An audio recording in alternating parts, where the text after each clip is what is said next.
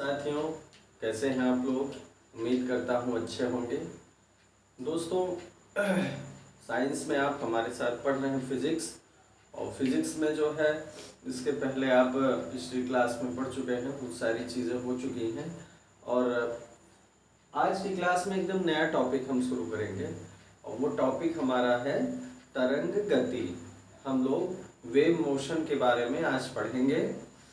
आइए देखते हैं दोस्तों, तरंग गति महत्वपूर्ण टॉपिक है, ये काफ़ी इम्पोर्टेंट टॉपिक है। और मुझे उम्मीद है कि हमारे नयन IAS यूट्यूब चैनल पे आपको जो भी वीडियोस मिल रहे हैं उनसे आपको बहुत मदद मिल रही है। आपके कमेंट से, आपके रिस्पॉन्स से भी ये पता चल रहा है कि आपको उनसे मदद मिल रही है। तो इसी तरह दोस्तों, उनसे लाभ उठाएं और अपनी तैयारी को जो है और मजबूत बनाने में उन वीडियो को जो है सहायता लें, मदद लें। अपने क्वेश्चन बैंक को जो है एक सेट बनाएं और हर टॉपिक से क्वेश्चन बैंक के साथ प्रैक्टिस करें, ताकि किसी भी सब्जेक्ट से, किसी भी टॉपिक से आपको जितने भी मैक्सिमम सवाल बन सकते हैं उनका आइडिया बन जाए। और हमारी प्लेलिस्ट में सारे वीडियोस उपलब्ध हैं, हमारे चैनल पे आप जाइए, उसका लाभ उठाइए, निःशुल्क है। और आप बिल्कुल उसका जो है पूरी तरह से फ़ायदा उठाइए, परीक्षाओं में आपके जो है बहुत मददगार साबित होगा। तो दोस्तों, आज जैसा कि आप जान रहे हैं रेगुलर क्लास चल रही है, तो पिछली क्लास अगर आपने किया होगा तो वो सारी चीज़ें समझ में आई होंगी। अगर कोई समस्या है तो आप जो है हमें अगले वीडियो में पूछ सकते हैं। हम अगले वीडियो में आपको उत्तर देने का प्रयास जरूर करेंगे, रिस्पॉन्स जरूर करेंगे। वेव मोशन हमारा आज का टॉपिक है दोस्तों, वेव मोशन। इसको हमको समझना है छोटी छोटी बातों को, कि कैसे, क्या, किसकी परिभाषा क्या है, किससे निरूपित किया जाता है। इन चीज़ों से देखिए सीधे सीधे डिफिनीशन तो नहीं पूछी जाती परीक्षाओं में, लेकिन इनको समझ के आप अपनी अवधारणाएं स्पष्ट कर सकते हैं। फिजिक्स की जितनी भी अवधारणाएं हैं, कॉन्सेप्ट है, आप क्लियर कर सकते हैं। और देखिए परीक्षा में जो GS से संबंधित सवाल पूछा जाता है वो मैक्सिमम अप्लाइड होता है। तो अप्लाइड सवालों को हल करने के लिए आपको कॉन्सेप्ट क्लियर होना चाहिए, आपको ये पता होना चाहिए हर सिद्धांत का क्या मतलब है, कौन चीज़ क्या है। तो आप अच्छे से उसको समझने का प्रयास करिए। आइए दोस्तों आगे चलते हैं। तरंग गति, हम इसकी डिफिनेशन देखते हैं क्या है।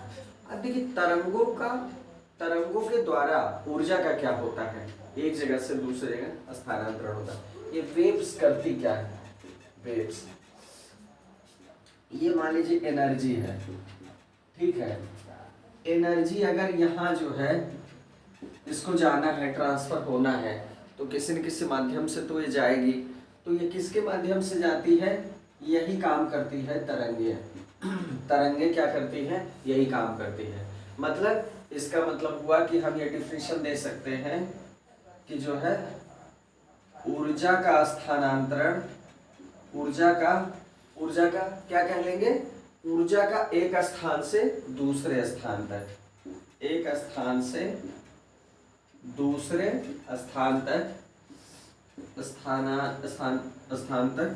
स्थानांतरण, ट्रांसपोर्टेशन, स्थानांतरण किसके द्वारा संभव होता है, तरंगों द्वारा ही संभव होता है, तरंगों द्वारा संभव होता है। मतलब तरंगों द्वारा संभव होता है, इससे मतलब पता चलता है कि तरंग क्या है, ऊर्जा स्थानांतरण का एक माध्यम है। तरंगों के द्वारा ही क्या होती है, ऊर्जा एक स्थान से दूसरे स्थान तक जाती है। जैसे मान लीजिए आप फोन से बात करते हैं, तो स्पीकर आपकी आवाज़ को क्या करता है, स्पीकर आपकी आवाज़ को दूसरे की आवाज़ को आपको सुनाता है, और माइक्रोफोन आपकी आवाज़ को रिसीव करके दूसरे के स्पीकर में उसको सुनाता है।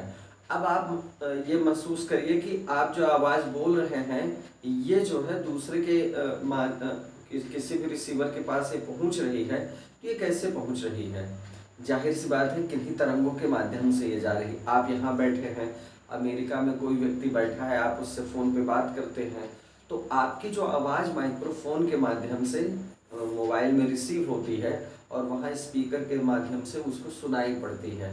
ये ऊर्जा कौन सी है, ध्वनि ऊर्जा है। जाहिर सी बात है ध्वनि ऊर्जा कन्वर्ट होगी विद्युत ऊर्जा में, और ये ऊर्जा जो है एक जगह से दूसरे स्थान तक कैसे जाएगी?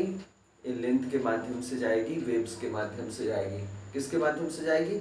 ये तरंगों के माध्यम से जाएगी, वेव्स के माध्यम से जाएगी। ठीक है, तो कहने का मतलब क्या है, ये जो तरंगे हैं, तरंगे दोस्तों क्या है? ऊर्जा का एक स्थान से दूसरे स्थान तक स्थानांतरण का एक माध्यम है। क्लियर हुआ? हमको क्लियर हो गया है इसकी डिफिनीशन। ठीक है, डिफिनीशन क्लियर हो गई। आइए दोस्तों आगे देखते हैं। ठीक है, डिफिनीशन बिल्कुल क्लियर होनी चाहिए ताकि जो है और चीजें समझने में आपको एकदम आसानी हो, एकदम क्लियर कट होना चाहिए डिफिनीशन कि तरंगे क्या है? ऊर्जा को एक स्थान से दूसरे स्थान तक स्थानांतरित होने का एक माध्यम है। इन्हीं के माध्यम से ऊर्जा एक स्थान से दूसरे स्थान तक ट्रांसफर होती है। चलिए, ये तो आपने समझ लिया। अब देखिए तरंगे कितने प्रकार की होती हैं। इन्हें हम कह सकते हैं, तरंगों को हम मुख्य रूप से दो भागों में बांट सकते हैं।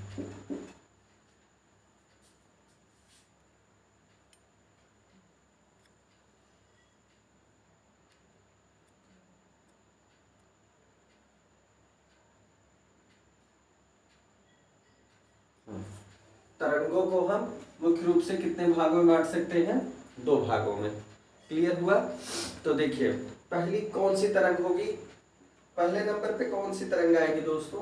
वो तरंग है यांत्रिक तरंगे। कौन सी तरंगे हैं?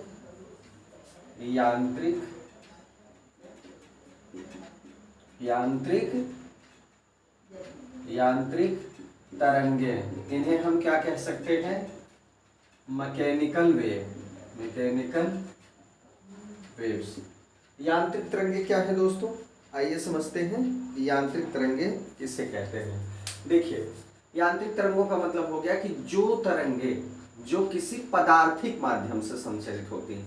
यांत्रिक या मैकेनिकल का मतलब ये हो गया कि जो किसी ऐसी तरंगे जो किसी पदार्थिक मतलब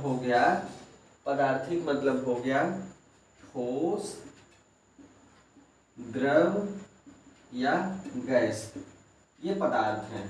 तो इन्हीं में से किसी माध्यम से वो संचरित हो सकती है। पदार्थिक माध्यम से संचरित हो सकती है,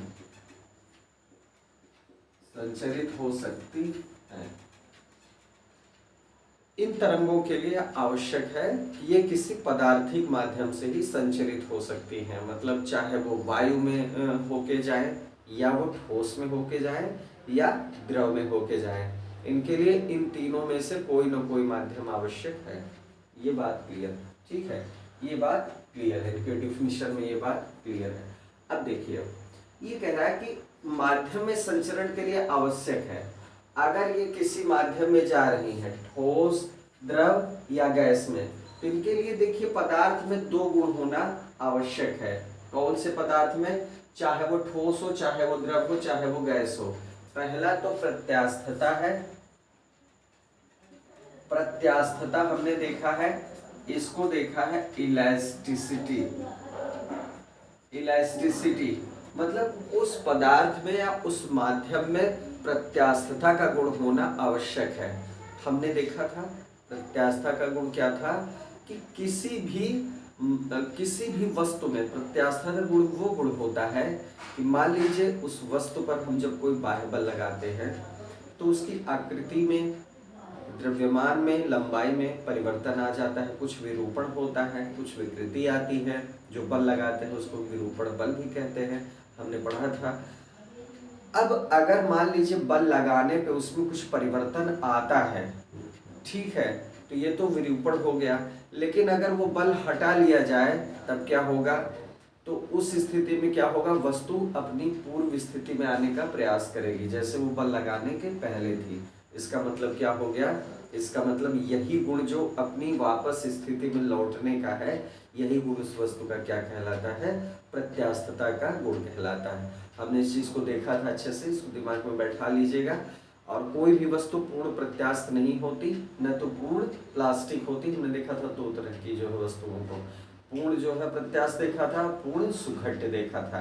तो आपने देखा था कि मतलब कुछ ऐसी वस्तु होती हैं जिसपे बल लगाने से वो पूरी तरह से विकृत हो जाती है, वापस अपनी स्थिति में नहीं आती। तो ये हमने देखा था, आपको रिवीजन हो गया होगा। अब देखिए माध्यम में ये गुण जरूर होना चाहिए। अगर ये गुण होगा, प्रत्यास्थता का मतलब मान लीजिए बल लगाया आपने तो उस पे क्या हुआ, संपीड़न हुआ। मतलब तरंग में जब कोई भी चीज, कोई भी ऊर्जा एक जगह से दूसरी जगह संचरित होगी तो इसका मतलब है कि माध्यम के जो कण होंगे उनमें दबाव पड़ेगा, बल का असर होगा। इसका मतलब क्या होगा, प्रत्यास्थता वहां होगी। अगर प्रत्यास्थता नहीं है तो क्या होगा, तरंगों का संचरण नहीं हो पाएगा। और एक गुण और होना चाहिए जड़त्व का या इनर्शिया का। जड़त्व और प्रत्यास्थता का गुण माध्यम में आवश्यक है, पदार्थिक माध्यम होना चाहिए। क्लियर हुआ? ठीक है, आगे बढ़ते हैं दोस्तों। याद रखिएगा मैकेनिकल वेव्स या यांत्रिक वेव्स के लिए जरूरी है कि माध्यम में प्रत्यास्थता का गुण विद्यमान हो, जड़त्व का गुण विद्यमान हो और कोई न कोई पदार्थिक माध्यम हो जिससे वो संचरण करें, चाहे वो ठोस हो, चाहे वो द्रव हो, चाहे वो गैस हो। क्लियर हुआ? चलिए, मैकेनिकल वेव्स हमने देख लिया या यांत्रिक तरंगे हमने समझ ली। ठीक है, आइए दोस्तों यांत्रिक तरंगों के प्रकार देखते हैं। ये भी जो है यांत्रिक तरंगे होती हैं, ये भी दो प्रकार की होती हैं। ठीक है, ये क्या होती हैं, दो प्रकार की होती हैं यांत्रिक तरंगे। ये दो प्रकार की होती हैं। आइए देखते हैं, दोनों प्रकार इनके देख लेते हैं। पहला कौन है, अनुप्रस्थ तरंगे। पहला है, पहली कौन सी तरंग है, अनुप्रस्थ तरंगे। दूसरी तरंग कौन सी है, अनुदैर्घ्य। अनुदैर्घ्य तरंग। मतलब यांत्रिक तरंगों का दो प्रकार है, एक तो अनुप्रस्थ तरंगों का है, दूसरा कौन सा है, अनुदैर्घ्य तरंगों का। अब देखिए अनुप्रस्थ तरंगे या ट्रांसवर्स वेव, इनको क्या कहेंगे हम, ट्रांसवर्स वेव्स। ट्रांसवर्स वेव्स हैं क्या, ये समझने का प्रयास करिए। जब देखिए दोस्तों ध्यान से समझिएगा, जब कोई भी जो है माध्यम है, मान लीजिए ये जो है वायु का माध्यम है, ठीक है। अब यहाँ ये कह रहा है कि जब कोई माध्यम में तरंग गति की दिशा, मान लीजिए तरंग गति की दिशा ये है, तरंग इस दिशा में आगे बढ़ रही है, ठीक है। तरंग गति की दिशा माध्यम के कणों के कंपन करने की दिशा के लंबवत होती है। ये जो मैंने पहले ही आपको बता दिया है, ये क्या है, माध्यम के कण हैं। माध्यम के क्या है, कण है। मतलब कोई भी माध्यम जिसमें तरंग संचरित हो रही है, तरंग किस दिशा में जा रही है, इस दिशा में जा रही है, ठीक है। ऊर्ध्वाधर जा रही है, नहीं ऊर्ध्वाधर नहीं, क्षैतिज जा रही है। ऊर्ध्वाधर का एग्जाम्पल भी हम देखेंगे। अब देखिए ये माध्यम के कण हैं, समझने का प्रयास करिए। अब ये जो है तरंग गति की दिशा तो ये है, और माध्यम के कणों का कंपन करने का वो क्या है, ऐसे है। माध्यम के कण कैसे कंपन कर रहे हैं, ऐसे कंपन कर रहे हैं। अब माध्यम के कण कैसे कंपन कर रहे हैं, ऐसे कंपन कर रहे हैं। तो अब मान लीजिए ये जो तरंग गति की दिशा है या ये जो लाइन है, ये किसको टच करेगी, ये किसको टच करेगी, ये माध्यम के कणों को कैसे टच करेगी। अब आप बताइए, यहाँ माध्यम के कणों का जो दोलन है वो ऊपर और नीचे कैसे हो रहा है, ऊपर और नीचे हो रहा है। तो ये अगर हम कहें यहाँ भी मान लीजिए ऊपर नीचे हो रहा है, तो ये जो तरंग गति की दिशा है माध्यम के कणों के लंबवत है कि नहीं है, क्या समानांतर है। अगर यही माध्यम के कणों का दोलन इस तरह होता, मान लीजिए माध्यम के कण ऐसे ऐसे दोलन करते, ऐसे ऐसे दोलन करते, तब ये क्या हो जाता, लंबवत न होता बल्कि समानांतर होता। समझने का प्रयास करिए फिगर से, माध्यम के कण ऊपर नीचे दोलन कर रहे हैं और तरंग गति जो है किधर जा रही है, सीधे इनके लंबवत जा रही है। यही होती है अनुप्रस्थ तरंगे, या बीच से चीरना। मान के चलिए ऐसे ऐसे माध्यम के कण गति कर रहे हैं, ऐसे ऐसे माध्यम के कण कर रहे हैं गति, और इधर से जा रही है हमारी अनुप्रस्थ तरंग। तो इस लाइन के, ये लाइन क्या हुई, लंबवत हुई ना, मतलब हम कह सकते हैं कि तरंग गति की जो दिशा है वो माध्यम के कणों के कंपन करने के दिशा के लंबवत है। मतलब ये वाली लाइन इस लाइन के लंबवत है।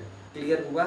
माध्यम के कण ऐसे ऊपर नीचे गति करेंगे, ऊर्ध्वाधर गति करेंगे, और तरंग गति कैसे जाएगी, वो सीधा क्षैतिज दिशा में जाएगी। सिंपल सी बात है।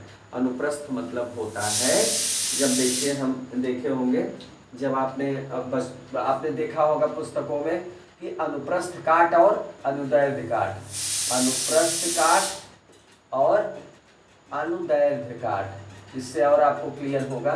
जैसे कोई चीज, कोई फल है, अब मान लीजिए हमने जो है ककड़ी को काटा, तो ककड़ी को हमने कैसे काटा, ऐसे काट दिया।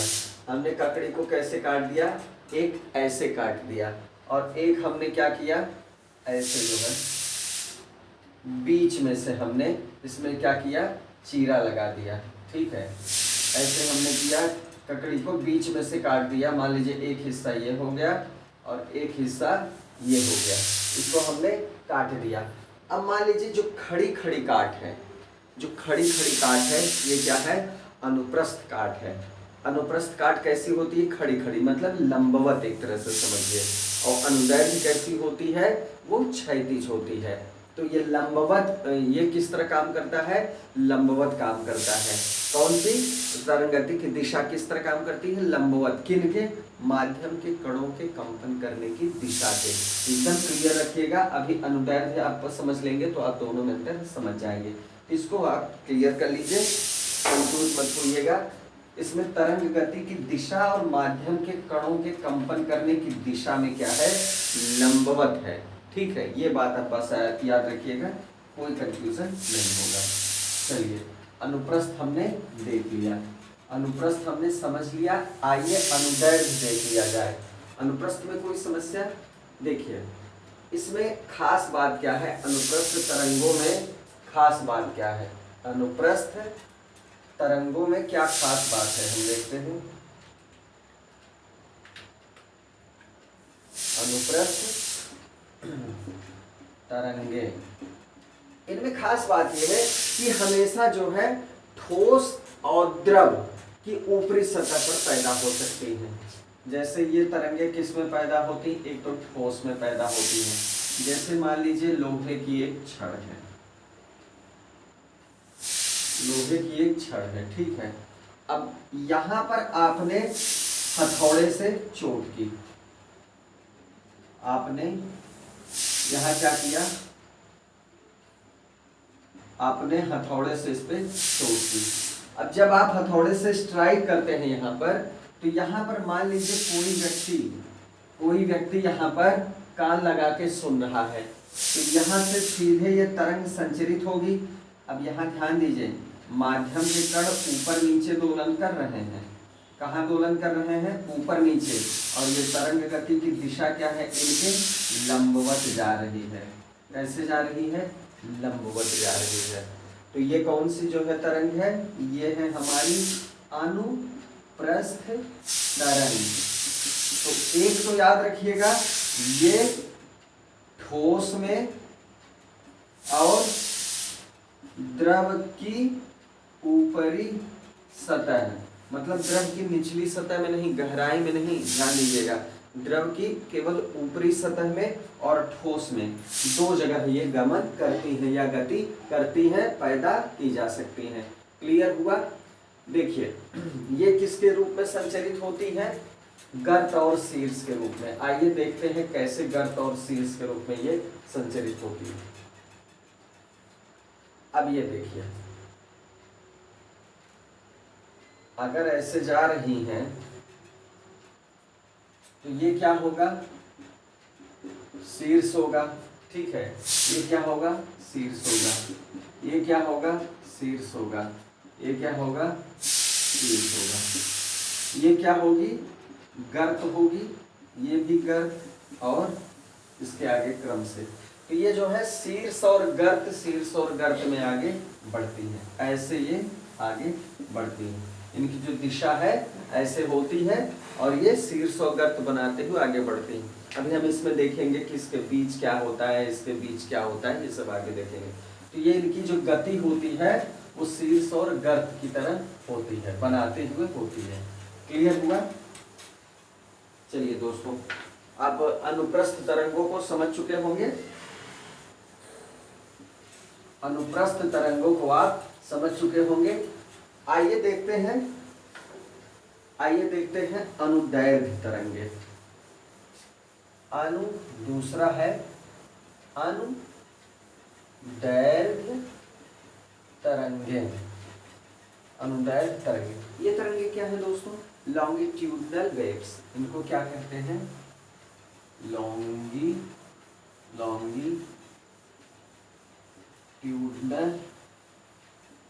वेव्स। Longitudinal waves. क्लियर हुआ? Longitudinal waves.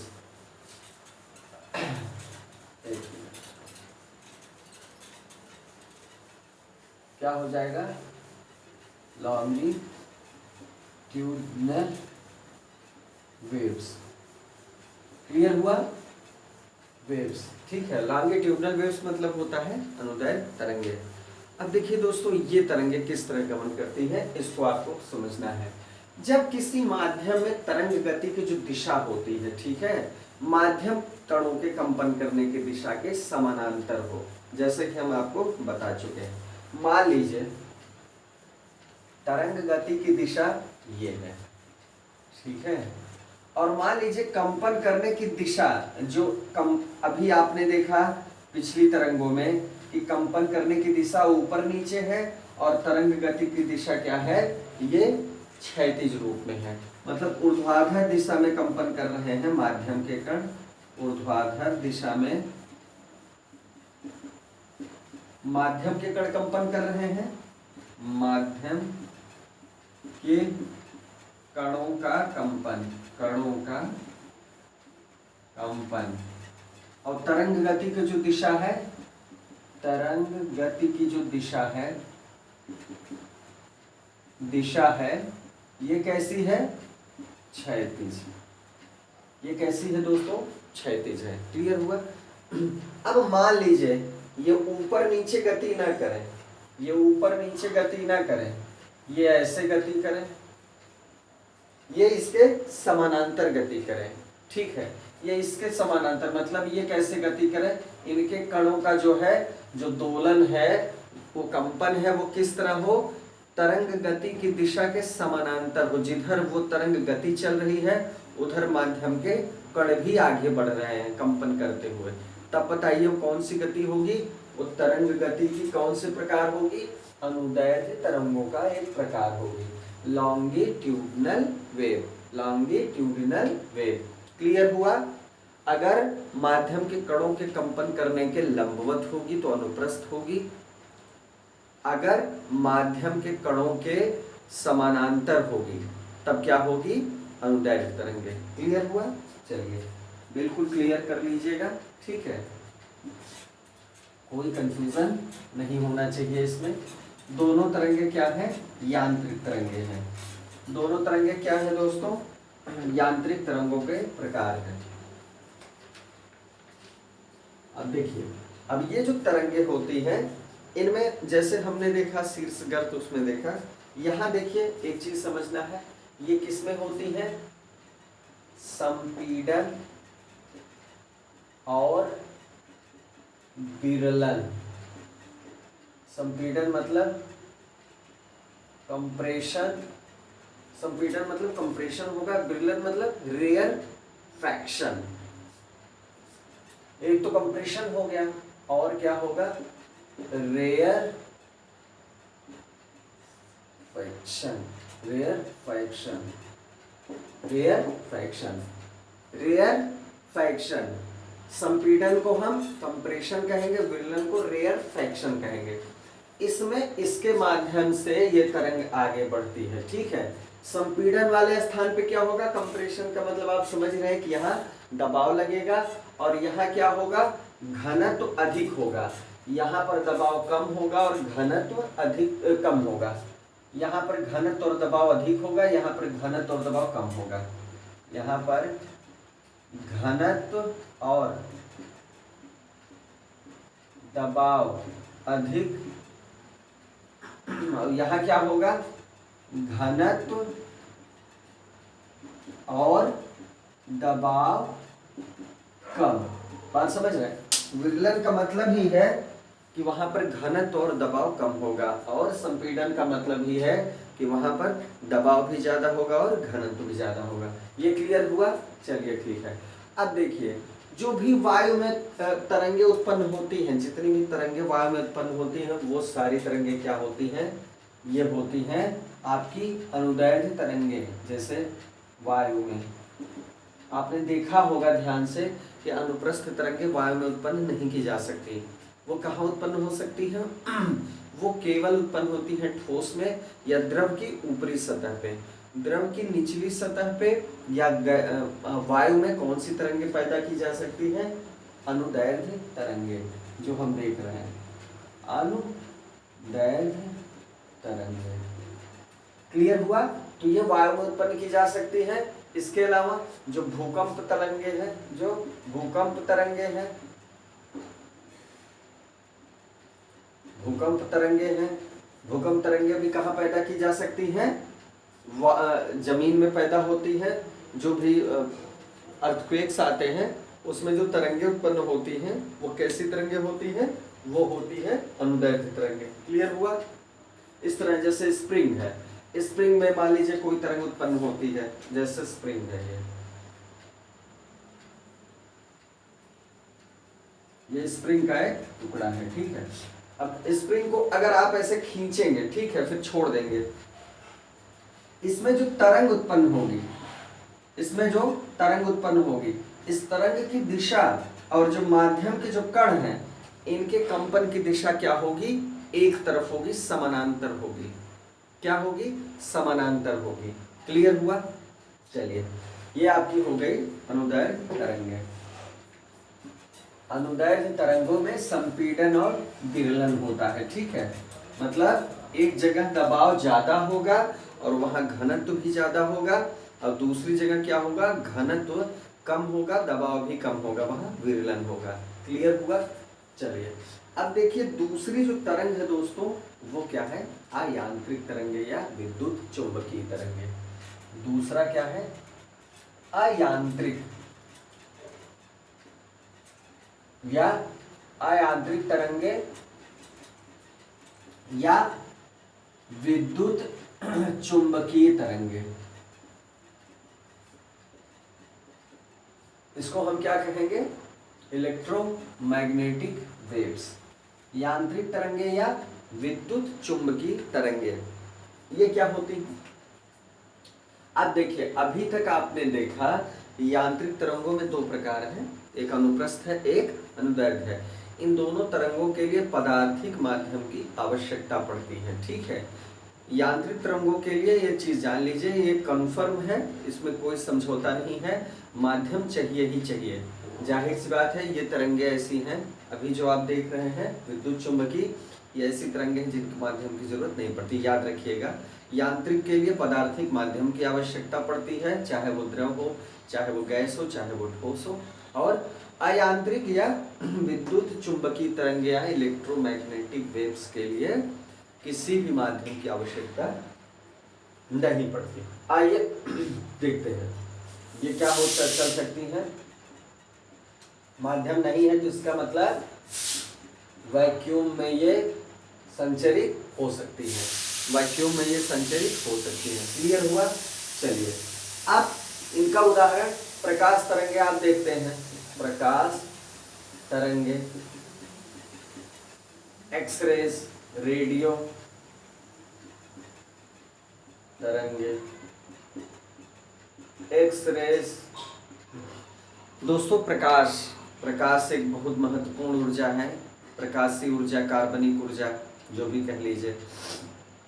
पृथ्वी पर ऊर्जा का सबसे बड़ा और प्रमुख स्रोत है। अब समझिए कि सूर्य से प्रकाश आता है हमारी धरती पर, ठीक है।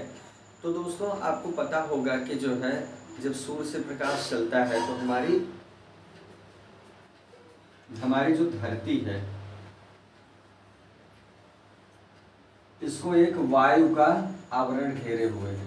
वायु का आवरण, विभिन्न गैसों का ये समूह है, गैसों का समूह है ये,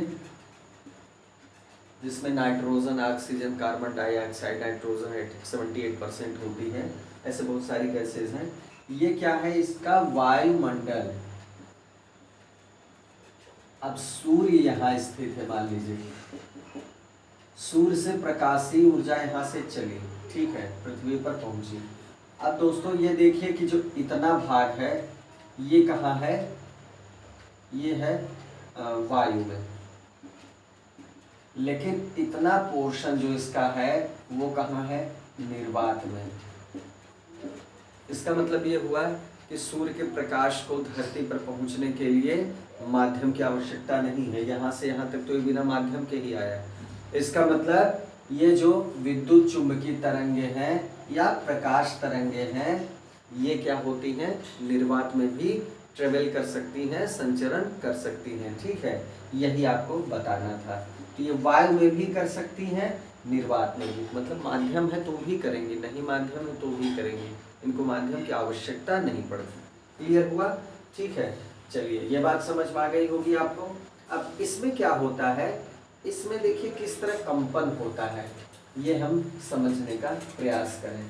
माध्यम के कणों में और तरंगों के कणों में इसमें क्या होता है? विद्युत क्षेत्र। एक तो इसमें विद्युत है, दूसरा क्या है? चुंबकत्व है। चुंबकत्व है तो अब समझिए विद्युत भी है, चुंबकत्व भी है। तो ये जो तल होते हैं, ये जो क्षेत्र होते हैं, ये परस्पर लंबवत तलों में कंपन करते रहते हैं। मान लीजिए ये विद्युत है तो ये क्या है? चुंबक है। ये चुंबक है तो ये विद्युत है। मतलब ये एक दूसरे से लंबवत क्षेत्रों में कंपन करते रहते हैं, समानांतर नहीं करते। मान लीजिए इलेक्ट्रिक वेव्स आगे बढ़ रही है तो उसके सामने जो माध्यम क्या होगा, ये आपका मैग्नेटिक वेव्स होंगी, वो क्या करेंगी? वो उसके समानांतर नहीं होंगी बल्कि उसके लंबवत होंगी। हमेशा याद रखिएगा, इसमें जो है विद्युत और चुंबकत्व तो दोनों एक दूसरे का समानांतर नहीं होती बल्कि लंबवत चलती है, ठीक है। एक चीज ये क्लियर हो गई। दूसरी चीज इसमें जो है आप ये समझिए कि माध्यम के कणों के लंबवत होती है, तो आपको क्लियर हो गया।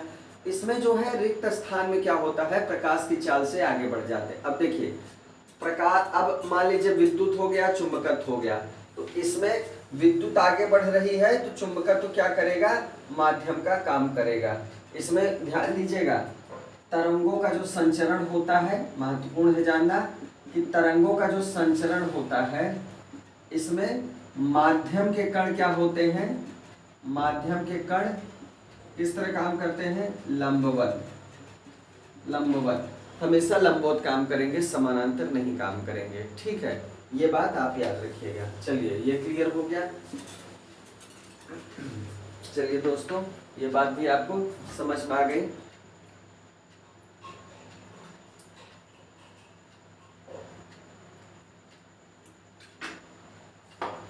आपने देखा है दोस्तों, अनुप्रस्थ तरंगे जब हमने देखी तो अनुप्रस्थ तरंगों की ये विशेषता ही है कि अनुप्रस्थ तरंगों का जो संचरण होता है वो माध्यम के कणों के लंबवत होता है। अनुदैर्ध्य में क्या होता है? समानांतर होता है। बस यही अगर याद रखें तो पर्याप्त है आपके लिए। तो अनुप्रस्थ तरंगों का मतलब ये हो गया कि लंबवत होती है इनकी दिशा। तो ये जो तरंगे होती हैं विद्युत चुंबक, ये हमेशा सदैव अनुप्रस्थ होती है, सदैव अनुप्रस्थ होती है, ये अनुदैर्ध्य नहीं होती। क्लियर हुआ?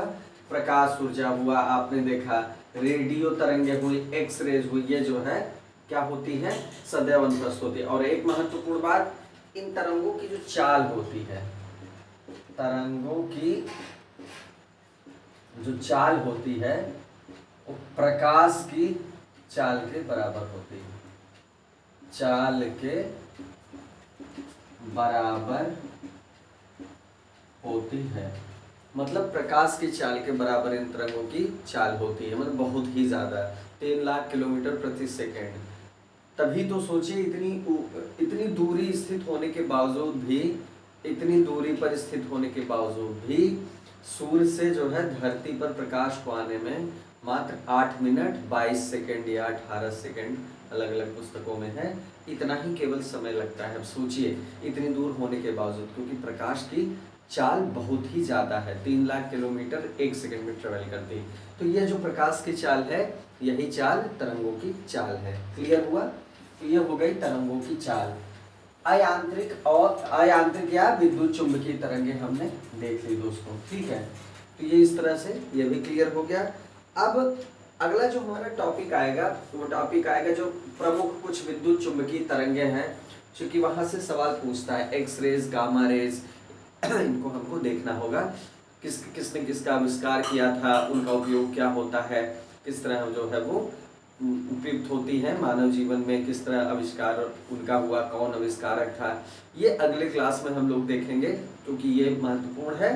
तो वो अगली क्लास में हम कंप्लीट कर लेंगे, ठीक है। तो आज के टॉपिक में जो चीज़ें आपको बताई गई वो चीज़ें आपको समझ में आई ही होंगी, नहीं आई तो ज़रूर कमेंट करें, बताएं क्या प्रॉब्लम है, ठीक है। आप अपनी शंका जरूर रखें, तभी हम समझ पाएंगे कि आपको कहाँ समस्या आ रही। तो हमने आज क्या क्या देखा दोस्तों? तरंग गति देखा, उसकी परिभाषा देखी, वो कितने प्रकार की होती है ये हमने देखा, ठीक है। हमने देखा यांत्रिक तरंगों को देखा, अयांत्रिक तरंगों को देखा, हमने अनुप्रस्थ और अनुदैर्ध्य देखा, किस तरह गमन करती है माध्यम के कणों के साथ, उनके गमन का जो है जो संबंध है वो किस तरह होता है। अनुप्रस्थ में हमने देखा कि वो लंबवत होता है, अनुदैर्ध्य में किस तरह होता है, वो किस तरह होता है, समानांतर होता है। हमने ये भी देखा कि ठोस में और द्रव की ऊपरी सतह में अनुप्रस्थ तरंगे गति करती हैं, हमने उदाहरण के साथ भी देखा इसको। और वायु में और द्रव की निचली सतह में अनुदैर्ध्य तरंगे गमन करती। फिर हमने अयांत्रिक तरंगों को देखा या विद्युत चुंबकीय तरंगों को देखा, ये हमेशा अनुप्रस्थ होती हैं, मतलब इन तरंगों की जो गति होती है वो माध्यम के कणों के कंपन की गति के लंबवत होती है। प्रकाश तरंगे, एक्स रेज या फिर आपकी जो है रेडियो वेव्स जो होती हैं, ये सब किस तरह के उदाहरण हैं? यही हमारी अयांत्रिक या विद्युत चुंबकीय तरंगों के उदाहरण हैं। तो हमें उम्मीद है ये सारी चीज़ें आपको समझ पाई होंगी। तो दोस्तों मिलते हैं अगली क्लास में एक नई जो है क्लास के साथ, और जो है उसमें हम विद्युत चुंबकीय तरंगों के बारे में बताएंगे, कुछ जो महत्वपूर्ण विद्युत चुंबकीय तरंगे हैं उनके बारे में बताएंगे, उनके आविष्कारकों के बारे में बताएं, किस तरह वो काम करती हैं, ये चीज़ें डिस्कस करेंगे। तो दोस्तों आज के लिए बस इतना ही, मिलते हैं नेक्स्ट वीडियो में। जय हिंद।